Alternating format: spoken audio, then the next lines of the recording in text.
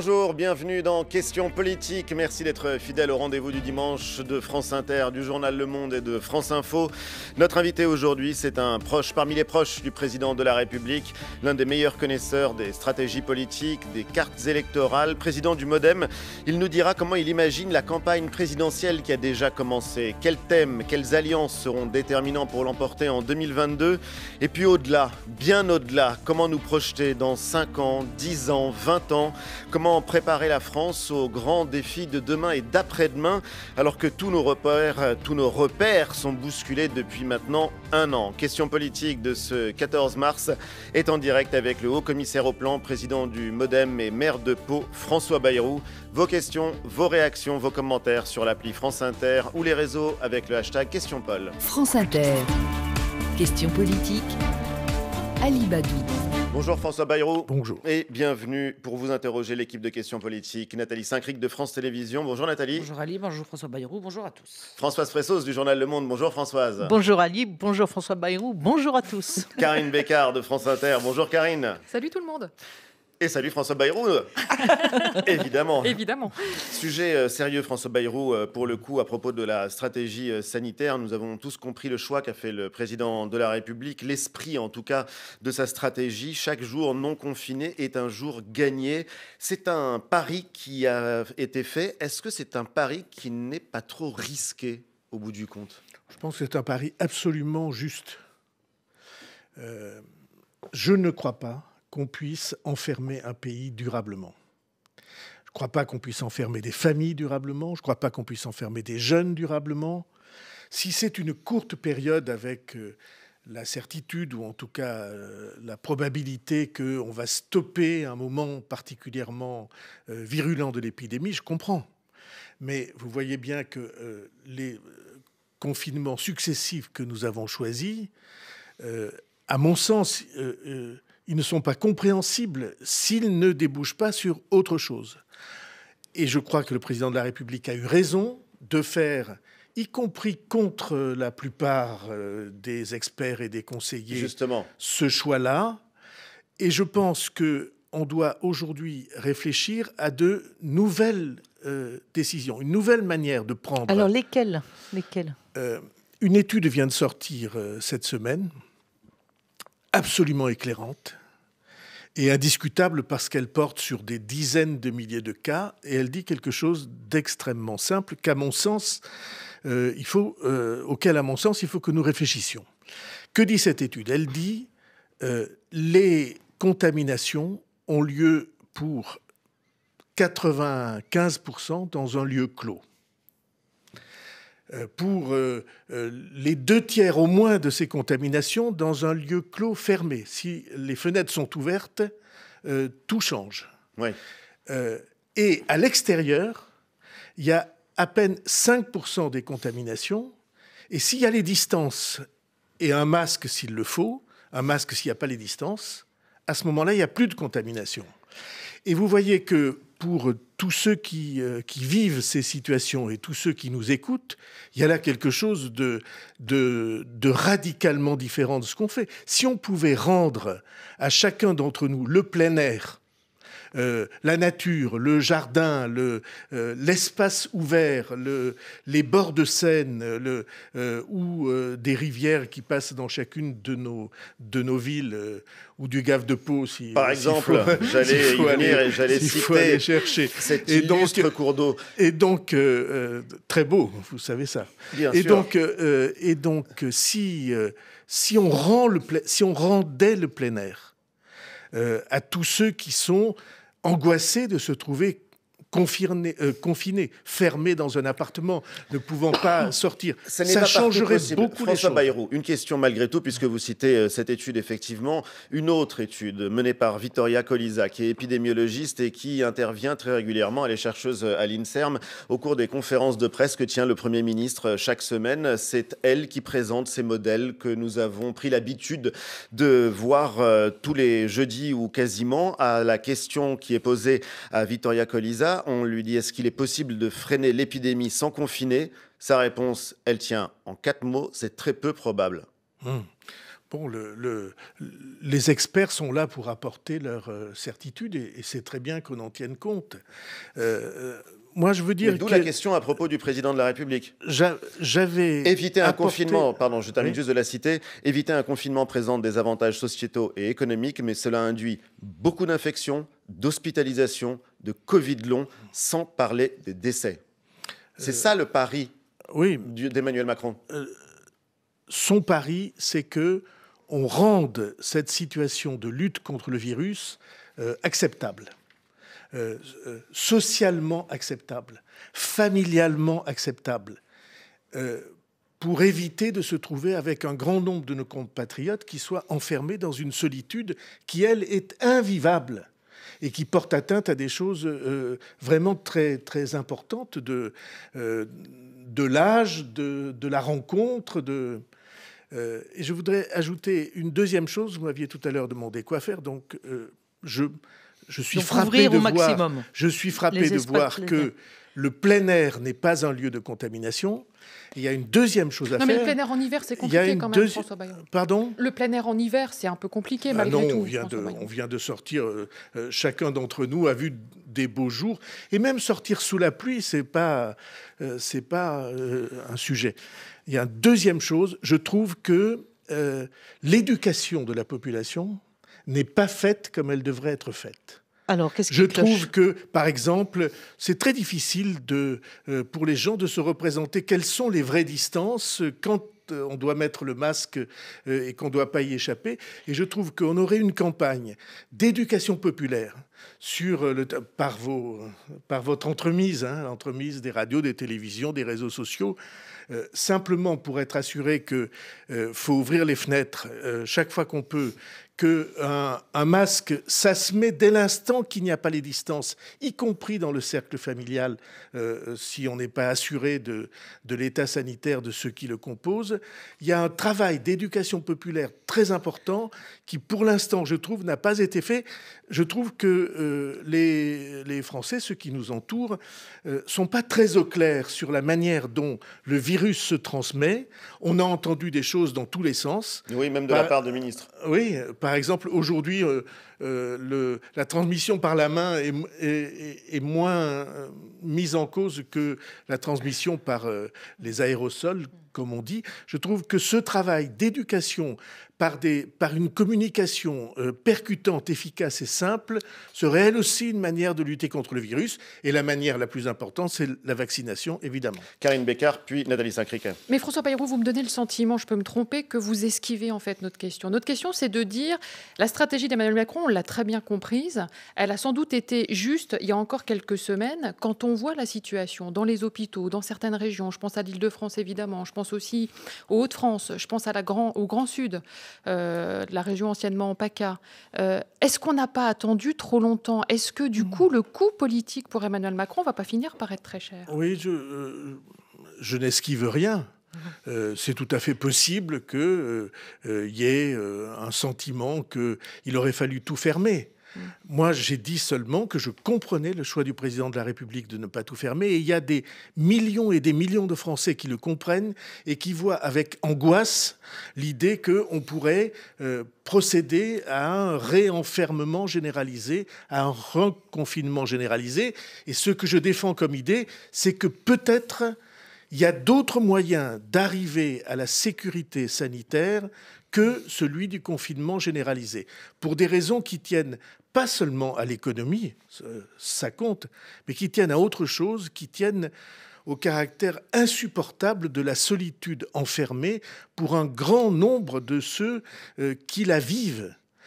Parce que, bon, quand vous avez une famille, ça va, quand vous êtes dans l'âge où on peut rencontrer des gens, ça va, mais lorsque vous êtes dans d'autres situations, je vois les étudiants qui parfois sont tout seuls au moment d'entrer à la fac, n'ont pas d'amis et sont dans une situation de profonde gêne ou de profonde isolement et de profonde tristesse. Moi, je pense à eux et je pense aux personnes plus âgées.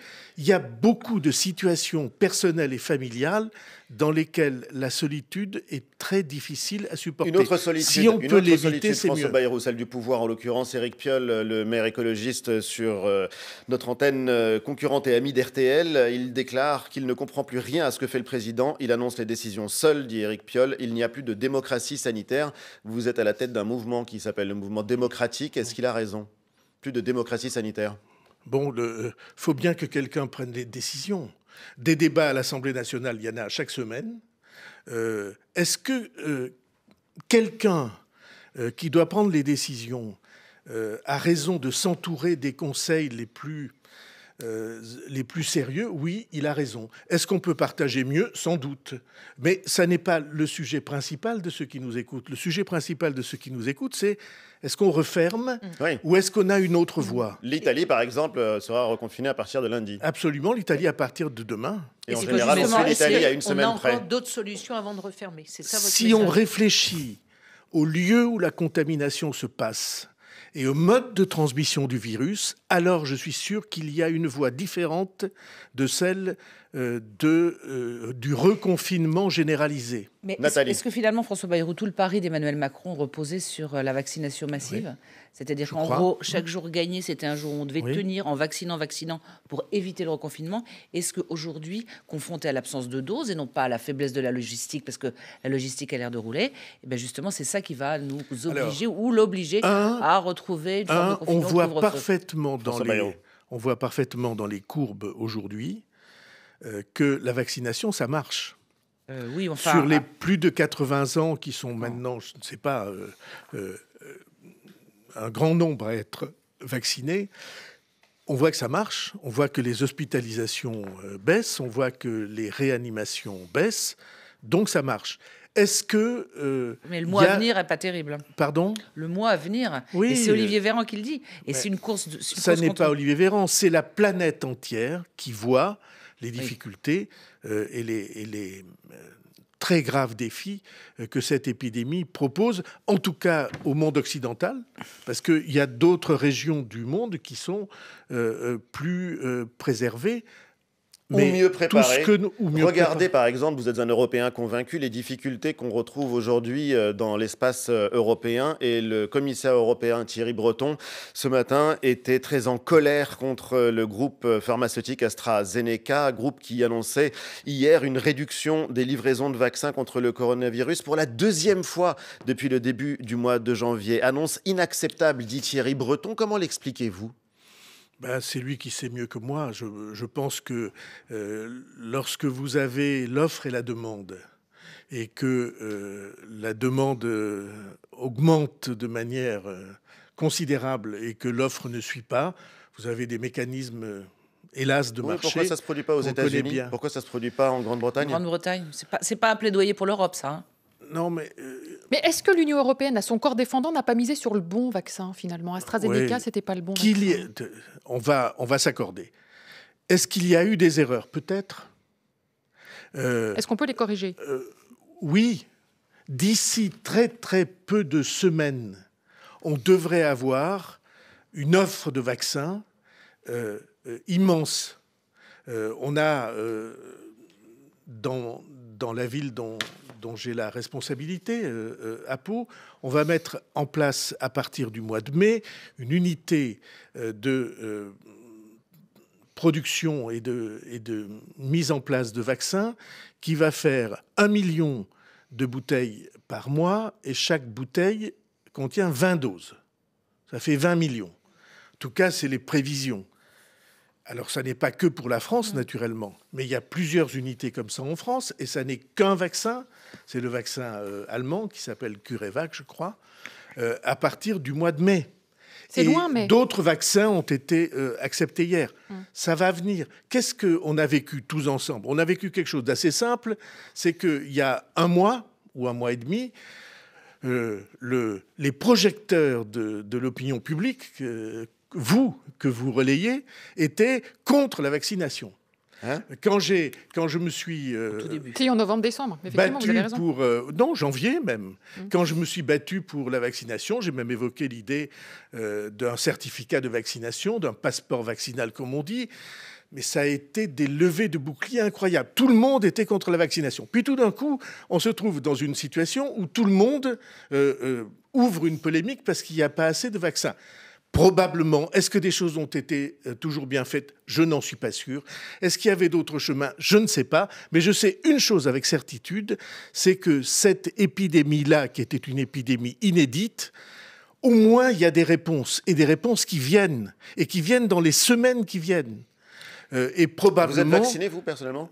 Je ne le suis pas encore. Je le serai quand ma classe d'âge sera atteinte. Je n'ai pas voulu de passe-droit. Ça viendra, ça va venir. Alors, une question qui est peut-être un peu plus humaine, je ne sais pas. Est-ce que vous considérez, vous qui connaissez bien Emmanuel Macron, qu'il a changé après cette année, cette épreuve du pouvoir, ce confinement, et en quoi a-t-il changé?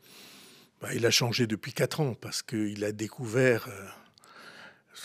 c'est un homme très jeune qui a été élu président de la République de manière complètement inattendue, au terme d'un mouvement de révolution qui a été proposé aux Français et que les Français ont adopté. Et puis, il a découvert que la réalité, la perception qu'on pouvait avoir d'un dirigeant dans l'opinion publique, dans les médias, qui pouvait être extrêmement déformé, extrêmement éloigné de ce que lui était ou avait le sentiment d'être.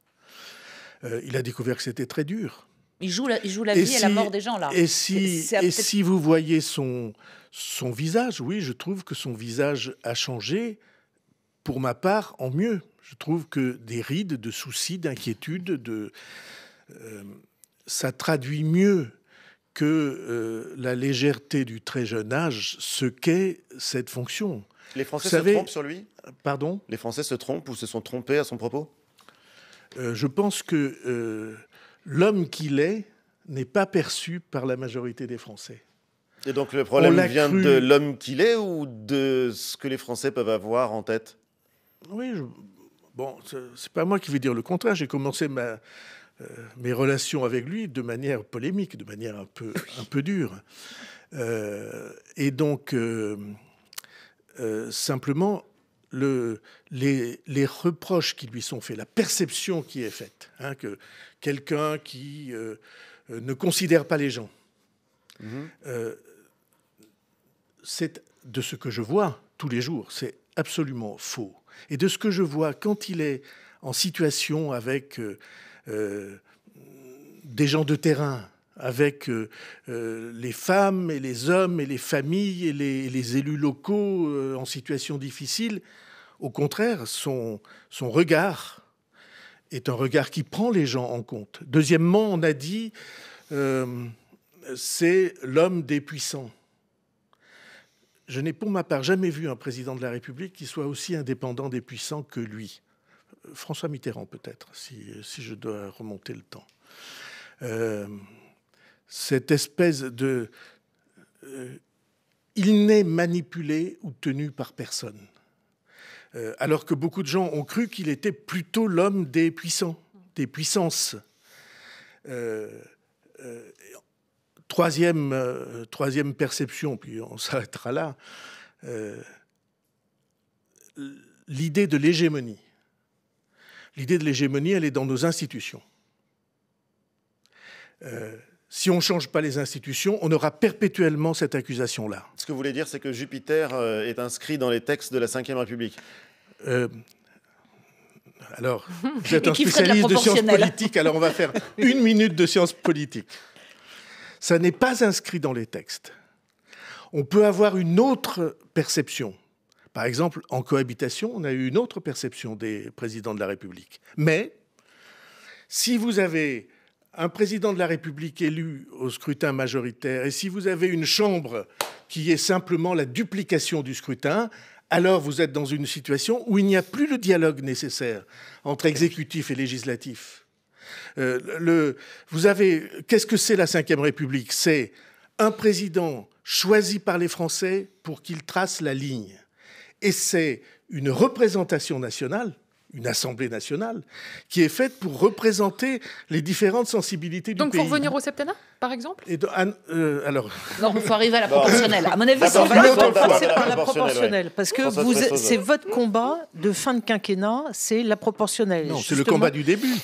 C'est le combat du début. Je vous rappelle que c'était dans l'alliance que nous avons conclu avec Emmanuel Macron. Qu'est-ce qui bloque aujourd'hui? Est-ce que c'est le président de la République ou est-ce que ce sont les autres partis que vous n'arrivez pas à convaincre là-dessus? Pas du tout. Ce qui bloque, c'est que pour l'instant, on n'a pas trouvé la démarche démocratique nécessaire pour que le choix des Français s'exprime. Et un référendum et se fasse entendre.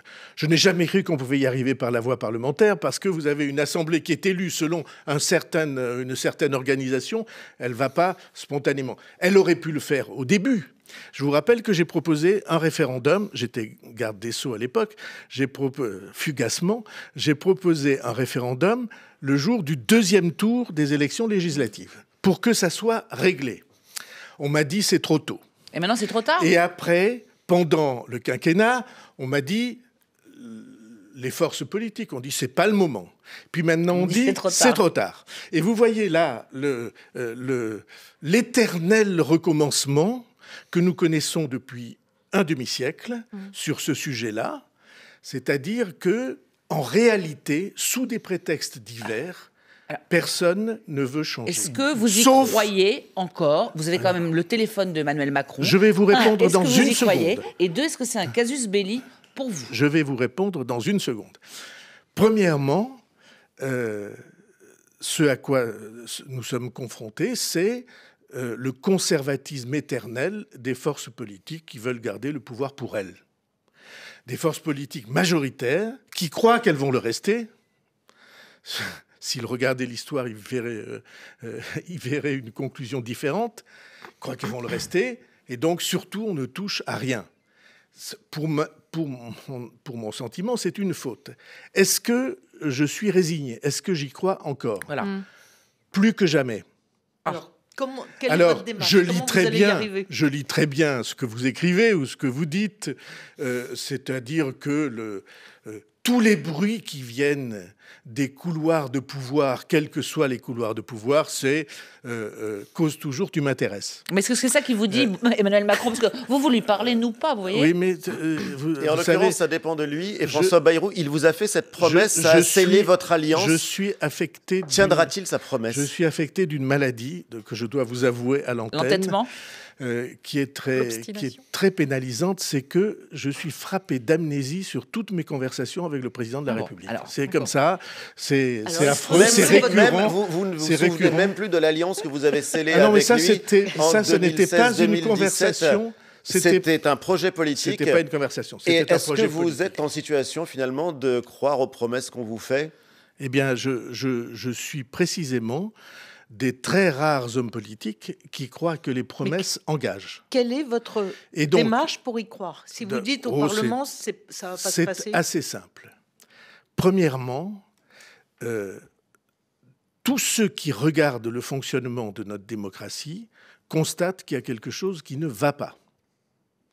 Tous ceux qui le regardent constatent qu'il y a un déséquilibre, qu'on a le sentiment que le pouvoir est toujours enfermé, qu'il prend ses décisions tout seul, on en a eu l'écho tout à l'heure, quel que soit le président de la République, quelles que soient les circonstances historiques. Et on a une deuxième certitude, c'est que les Français de plus en plus s'éloignent des élections, de la vie démocratique, considèrent que tout ça, c'est n'importe quoi. Pourquoi? Ils ne sont pas représentés. On a un Parlement, c'est fait pour représenter les citoyens, dans lesquels plus de 50% des citoyens ne sont pas représentés.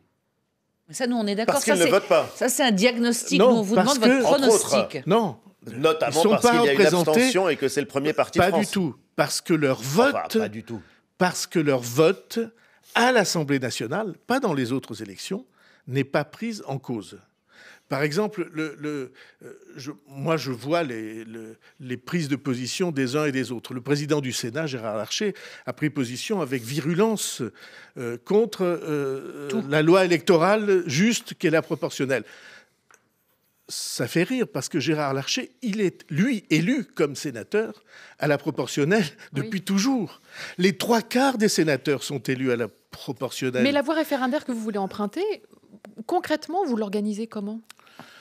Bon, je pense que si l'on fait le constat qu'il y a une question qui empoisonne le débat public depuis longtemps, les Gilets jaunes en ont beaucoup parlé dans leur cahier de doléances. Ils ont dit très souvent qu'ils n'étaient pas représentés.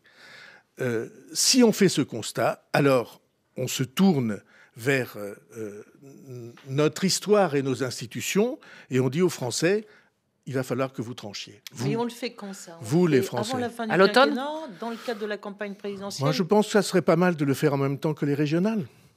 Ah, déjà? Ah, déjà, dès juin. Dès juin, si elles ont lieu en juin, oui. Mais ce qu'on observe... Et vous avez des discussions Françoise là-dessus Fressoz. avec le président de la République? Je vous ai, Toujours ce dit problème. Il a quel toujours était- l'amnésie. Je Mais- vous ai dit quel était mon problème de santé, Mais vous êtes avez cruel d'insister. un optimisme fondamental, êtes mais cruel est-ce que cet d'insister sur optimisme ce est sujet. fondé ou pas sur une possibilité que ça puisse aboutir? On verra. Moi, oui, la possibilité institutionnelle, elle est très simple. Et ça ajoute quelque chose à nos institutions qui, pour l'instant, n'existe pas et qui est un manque.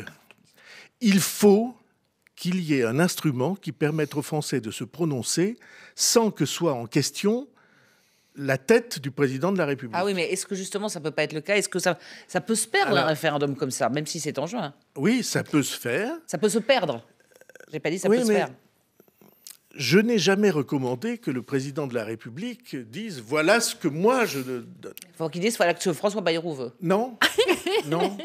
Je vous rappelle qu'on signait une lettre, la même lettre au président de la République, de Jean-Luc Mélenchon à Marine Le Pen, en passant les Jean-Christophe premiers Lagarde de l'UDI. signataires par les écologistes, en passant par toutes les forces du centre et des personnalités éminentes du PS et de l'UMP, de LR, LR. pardon. Personnalités éminentes, par exemple Rebsamen, Valigny, on dit mais ça a toujours été notre demande, nous, le Parti socialiste. C'est le mode de scrutin que demandait Léon Blum et qu'a fait appliquer François Mitterrand. Et donc ils ont dit, franchement, c'est pas raisonnable que nous ne soyons pas là. Et Gérard Longuet, à LR, a fait un texte tout à fait dense et tout à fait important. Il dit, c'est le seul moyen de changer les rapports entre l'exécutif et le législatif. Mais malgré tout, François Et Bayrou... toutes ces sensibilités-là, si elles peuvent proposer un texte sérieux, par exemple, le texte qui a déjà été appliqué en 1986, alors il n'y a rien de plus simple que de demander aux Français ce qu'il en est. Et le C'est président de la intégral, ça. République, pardon, C'est de la proportionnelle intégrale, ça. c'est pas intégral, c'est la proportionnelle départementale avec un seuil à 5%. D'accord. C'est le scrutin que François Mitterrand a Mais fait. vous connaissez quand même le reproche ou le commentaire qu'on fait quand on entend parler de cette question-là. De quoi on parle, François Bayrou? On est en pleine crise sanitaire, crise économique, Ouais. crise sociale. Nous traversons une période de catastrophe. Il y a la crise écologique qui se rajoute à ça. Et on nous parle de proportionnel. Eh bien, Et les politiques sont mobilisés sur la question et ils se déchirent sur Eh bien, un vous problème justement Ali Badou, d'organisation des institutions. vous connaissez cette très significative histoire chinoise, proverbe chinois, qui dit « Quand le doigt montre la lune, l'imbécile regarde le doigt ». C'est un débat, en effet, qui paraît loin des gens. Mais la vérité, c'est que on est là, au cœur des raisons qui font que, économiquement, ça ne va pas, que du point de vue sanitaire, ça ne va pas, c'est ce que vous disiez, que du point de vue de l'opinion publique, ça ne va pas, qu'on a le sentiment que les pouvoirs sont toujours isolés, seuls dans leur tour d'ivoire, qu'ils imposent en matière de liberté ou en matière d'écologie, qu'ils imposent des décisions qui ne ressemblent pas à ce que les citoyens souhaitent, tant que vous ne rendrez pas au peuple français, sans vouloir employer des superlatifs, tant que vous ne leur rendrez pas une représentation honnête qui fasse que chacun des grands courants du pays trouve à être partie prenante du débat que l'on mène et puisse contrôler le gouvernement. La proportionnelle, en tout cas la représentation juste, c'est ça qu'il faut dire. Oui, la parce qu'on ne va pas proportionnelle. passer l'émission Voilà. là-dessus. La représentation juste, ça a Parce que c'est une question qui concerne la souveraineté. Ça, c'est une vraie question. Absolument. Les détails institutionnels, moins. Ça a une conséquence. Vous vous trompez si vous pensez que les institutions, ça ne compte pas. Je pense que c'est essentiel. Ça a une conséquence, une loi électorale juste. C'est que quand vous êtes au pouvoir, vous êtes obligé de tenir compte des autres. Mais malgré tout, François Bayrou, si on observe vos cotes de popularité, elles diminuent en ce moment. Elles perdent quelques points. Est-ce que malgré tout, si dans le dernier IFOP qui a été publié dans Paris Match, par exemple, vous perdez 5 points, est-ce que vous le liez à votre combat depuis plusieurs semaines sur la proportionnelle? Et est-ce que vous avez vraiment le sentiment que ça fait partie des attentes en ce moment des Français? Non. François Bayrou. Lorsque vous êtes un responsable public, vous êtes obligé de discerner des problèmes, même quand l'opinion publique ne les ressent pas. Je vous rappelle que je me suis battu sur la dette, et Dieu sait que ça n'était pas populaire. Dieu sait qu'on m'en a fait des reproches et parfois même des moqueries. Mais c'était un vrai sujet. Et j'ai assez souvent, je me suis battu tout seul contre la privatisation des autoroutes, tout seul. Dieu sait qu'à l'époque, ce n'était pas un sujet. Et aucune force politique n'était à ce combat, à ce rendez-vous. Il arrive qu'on soit minoritaire. Et c'est une... Comment je peux dire ça? C'est un honneur d'être minoritaire quand on est du côté de ce qu'on croit juste. Les combats politiques, ça n'est pas des combats démagogiques. La démocratie, ce n'est pas la démagogie. Ça n'est pas d'aller toujours dans le sens de l'opinion. Bien sûr que ces problèmes institutionnels apparaissent comme des problèmes un peu lointains. La vérité, c'est qu'ils sont au cœur du rapport entre le pouvoir et les citoyens et de la délégation des citoyens pour le pouvoir. Françoise Fressoz. Je voudrais que vous nous expliquiez en quoi, s'il y avait une proportionnelle, ça changerait aussi la perspective de la prochaine présidentielle. Est-ce que ça changerait la perspective de la campagne? Est-ce qu'il y aurait une idée de coalition qui pourrait être créée? Est-ce que du coup, ça pourrait aussi revigorer le Front républicain? Alors, on mélange tout. Je ne veux pas mélanger tout.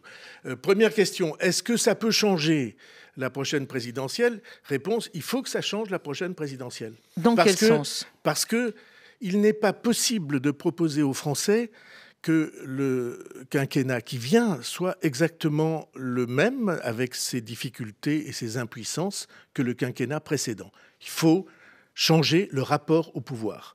Et c'est, j'en suis sûr, une des questions que les Français se posent à propos de la manière d'exercer le pouvoir du président de la République. Il faut associer les forces politiques volontaires vers... Il faut donner à tous les Français le droit, la légitimité de se faire entendre dans le débat. C'est pas compliqué. Ce sont des citoyens, comme nous. Prenez un exemple. Vous êtes électeur à Neuilly. Vous êtes de gauche. Votre voix ne sert jamais à rien. Parce que, par définition, ou bien vous êtes électeur du centre ou de droite à Saint-Denis. Votre voix ne sert jamais à rien, parce que ce n'est pas la majorité. C'est n'importe quoi. Alors, est-ce qu'on doit le corriger? Il y a des gens qui disent « c'est pas le moment, c'est trop tôt, c'est trop tard, ou c'est pas le moment ». Moi, je vous dis, si on est responsable, si on ne veut pas voir se multiplier les sécessions. On est une société. Un sociologue avait écrit un livre sur ce sujet il n'y a pas longtemps. Une société en sécession, en révolte perpétuelle, sans que jamais aucun message ne puisse passer vraiment. Il parlait surtout de la sécession des élites, pour le coup. Oui, de la sécession du pays par rapport aux élites. C'est ça le sujet. Et donc, oui, il faut changer ça. Deuxièmement, oui, ça n'est pas indifférent qu'un très grand nombre de mouvements politiques extrêmement différents les uns des autres portent le même projet. Parce que ça veut dire qu'on peut trouver d'autres rapports que le rapport de domination. Une majorité qui écrase et ignore les minorités. C'est absurde. Je pense que ça peut changer les choses. Ça veut dire que vous ferez alliance, et qu'en l'occurrence, l'alliance continuera entre le MoDem et La République En Marche dans la perspective de la présidentielle. C'est ce qu'il faut comprendre, entre autres. Il faut d'abord attendre de savoir si le président de la République prend la décision de se représenter. Vous le souhaitez, vous? Moi, je pense que le travail n'est pas achevé et qu'il convient à tout prix de donner à l'espoir que l'élection d'Emmanuel Macron a représenté une perspective de réalisation. Alors, juste pour comprendre et compléter la question de Françoise, on a l'impression que le Front républicain, c'est-à-dire ce qui a existé pendant des années et des années, c'est une espèce de barrage vis-à-vis du Rassemblement national, c'est quelque chose qui est en train de sauter. Ça saute parce qu'on a l'impression qu'il y a des gens de gauche déçus par Emmanuel Macron qui disent moi j'irai à la pêche s'il y a Macron-Le Pen. On a l'impression que Jean-Luc Mélenchon dit à peu près la même chose tout en faisant quelques précisions. Est-ce que vous êtes inquiet par cette dissolution, cette disparition de cette idée du barrage au Rassemblement national? François Bayrou. Je n'ai pas la même idée que la plupart de ceux qui s'expriment sur ce sujet. C'est pour ça que ça nous intéresse. Moi, je pense qu'une élection présidentielle ne se gagne pas en se résignant à faire échec à l'un ou à l'autre. Ça compte. C'est pourtant très souvent le cas. Mais ça ne se gagne pas comme ça. Une élection présidentielle, ça se gagne sur de l'espoir. Ça se gagne sur de l'enthousiasme. Ça se gagne sur une capacité de réunir les Français. Ça ne se gagne pas en créant des épouvantails. Parce que le temps des épouvantails est fini. C'est derrière nous. Les gens ont vu que, on faisait de grands discours, mais que généralement, ce n'était pas comme ça que les choses se passaient. Et qu'ils ont désormais besoin de croire à quelque chose. Alors je suis minoritaire, puisque tout le monde dit que ce qu'il faut, c'est le front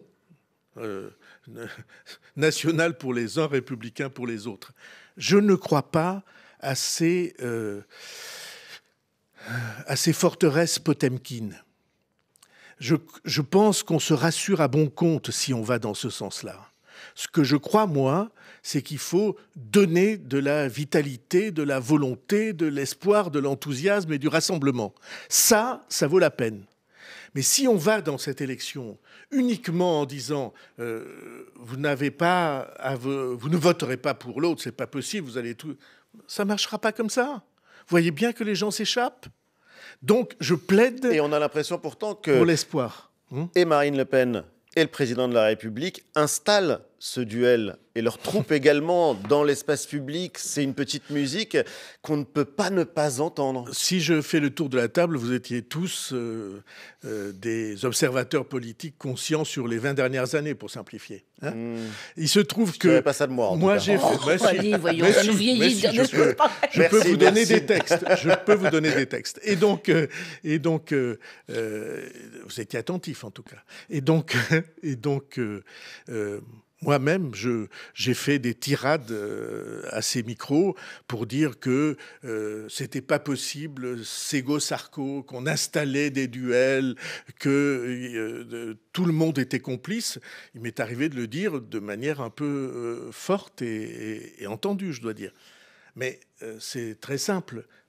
La question, c'est où sont les électeurs ? Il se trouve qu'il y a, pour l'instant... dans les sondages qui valent ce qu'ils valent, il y a des électeurs, des millions de personnes qui se sentent d'un candidat ou d'un autre. Est-ce que ça peut changer ? Oui, ça peut changer, mais je vous ai répondu.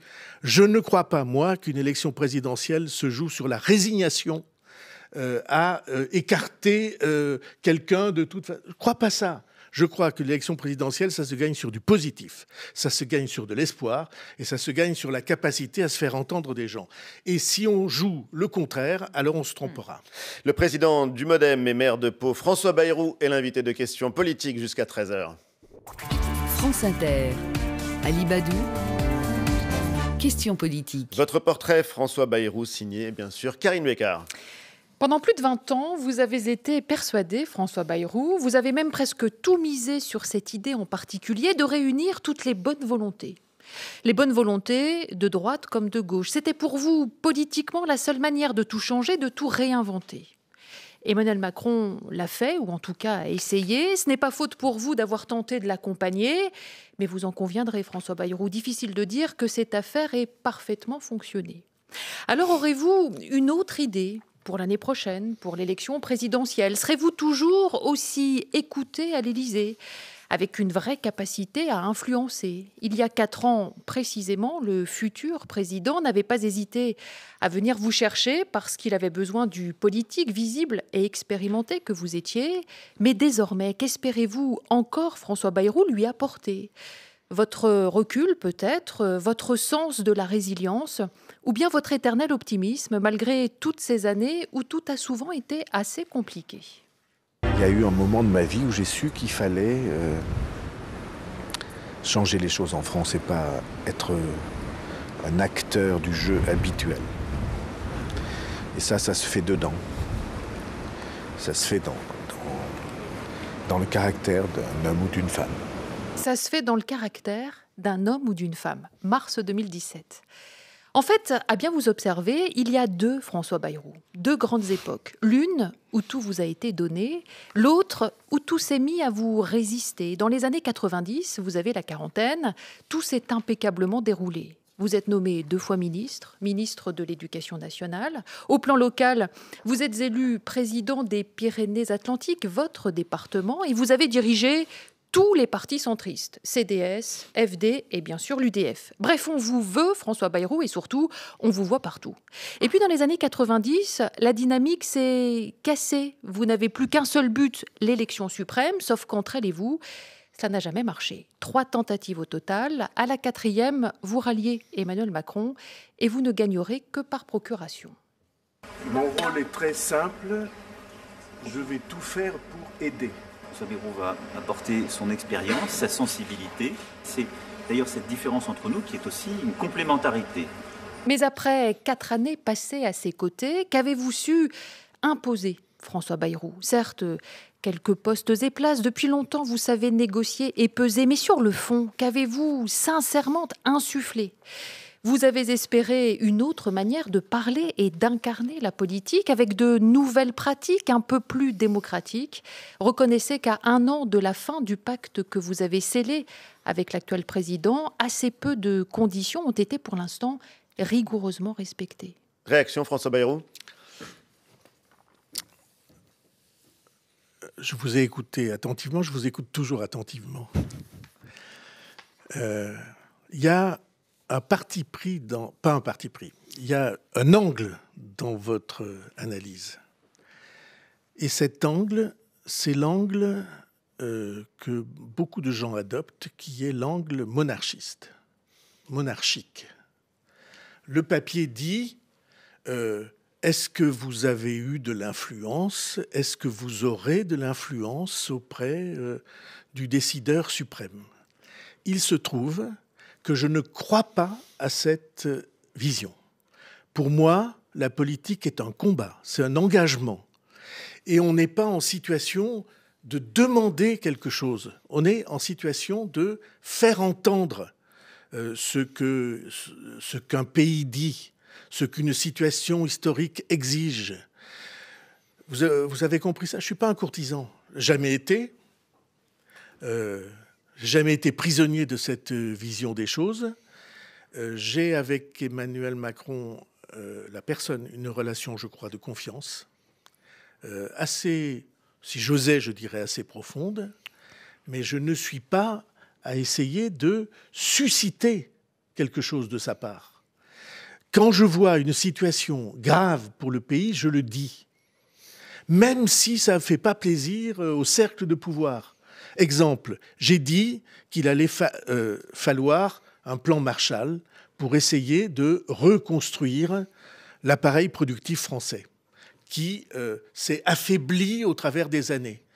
Nous sommes incapables, y compris de faire face à une partie majoritaire de la demande intérieure du pays. On est le pays en Europe qui a le déficit du commerce extérieur le plus effrayant. On a 70 milliards, 75, certains disent 80 de déficit du commerce extérieur, tandis que l'Allemagne a 200 milliards d'excédents et que même l'Italie est en excédent. On est un pays dans lequel on ne sait plus produire.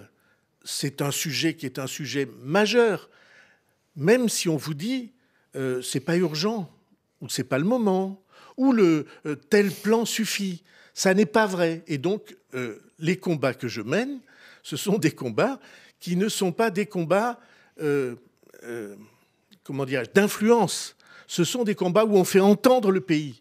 Et c'est ça le rôle d'un responsable politique. Et alors justement, on a des questions... C'est pourquoi je ne me sens pas dans votre angle, pour une fois. On a des questions à vous poser et qui touchent justement aux convictions et parfois même aux convictions les plus intimes. Dans l'actualité, on voulait aussi vous interroger sur l'euthanasie, ou en tout cas l'assistance à la mort dans la dignité.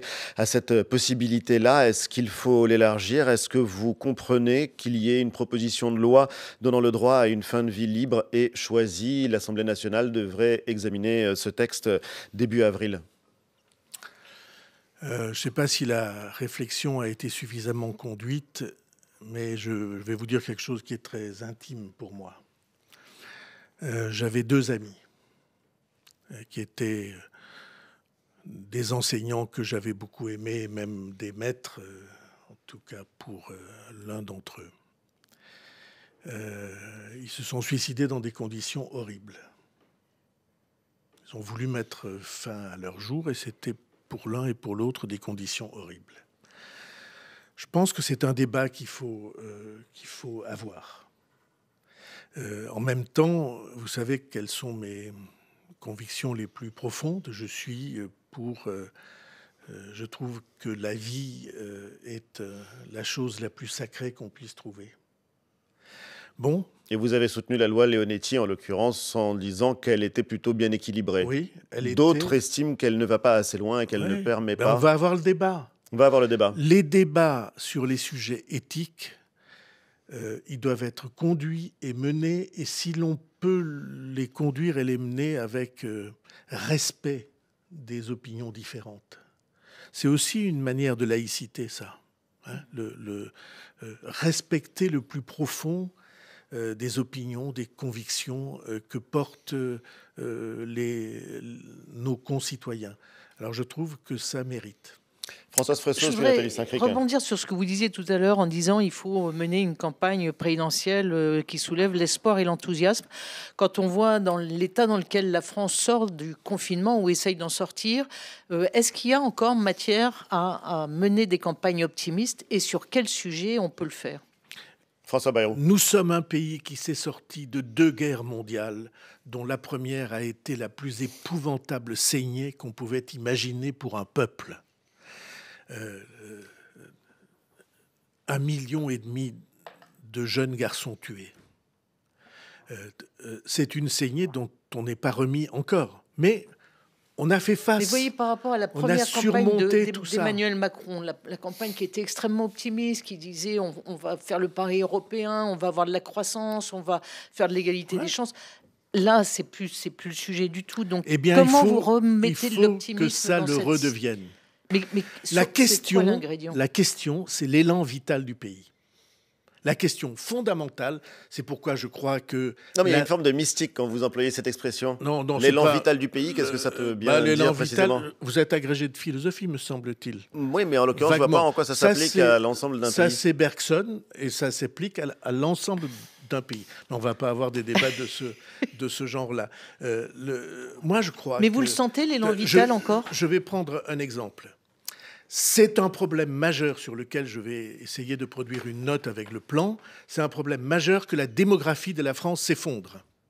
On a besoin d'avoir des naissances qui permettront de porter ce qu'est notre avenir, notre recherche, nos découvertes et le contrat social qu'il y a entre nous. Notre démographie s'effondre, c'est un grand sujet, c'est de l'élan vital. Alors, à propos d'élan vital, Nathalie je ne suis pas sûre que ce soit vraiment bien ça. La liaison, est-ce que vous considérez que Jean Castex est rentré dans... Il y a eu un papier dans Le Monde, je crois, hier, est rentré dans la peau du véritable Premier ministre? Est-ce qu'il joue le rôle d'un bon paratonnerre et protège suffisamment Emmanuel Macron et entraîne suffisamment le pays? D'où le rapport avec l'élan vital. J'ai jamais pensé que la fonction d'un Premier ministre était d'être paratonnerre, mais je pense que la fonction d'un Premier ministre est d'être un complément juste, positif, et adapté au président de la République. Il est celui qui met en œuvre, qui fait entrer dans la réalité, il se cogne le réel, et il fait face à ce réel, et je trouve Vous regrettez, Édouard Philippe et je trouve que Jean Castex le fait bien. Vous regrettez, Édouard Philippe? J'ai jamais eu à nommer un président un Premier ministre, et donc je n'ai pas rentré dans ce genre de considération. Alors Jean Castex, le Premier ministre, qui se cogne le réel. Dans ce réel, en ce moment, il y a notamment les violences urbaines qui, à nouveau, j'ai envie de dire, se multiplient en banlieue parisienne, en particulier dans l'Essonne, en banlieue lyonnaise également, mais pas seulement, on parle aussi de l'Oise, je crois. On découvre l'ampleur du phénomène des rixes et des règlements de compte entre bandes. Vous êtes dans la vie politique depuis 35 ans, François Bayrou. Ces problèmes-là reviennent cycliquement, reviennent régulièrement. Pourquoi on n'arrive pas à trouver de solution, et quelle serait-elle? François Bayrou. Parce qu'on ne sait pas bien analyser ce que doit être une sanction, et on ne sait pas bien analyser ce que doit être une éducation. Donc la sanction, quand ces jeunes font des bêtises, faut attendre 2 ans parfois qu'il y ait une décision, et souvent elle n'est pas appliquée. Par exemple, j'ai appris récemment que des jeunes condamnés à des travaux d'intérêt général, ce qui pour moi est une raison, mais il faut qu'ils soient effectués, les travaux d'intérêt général.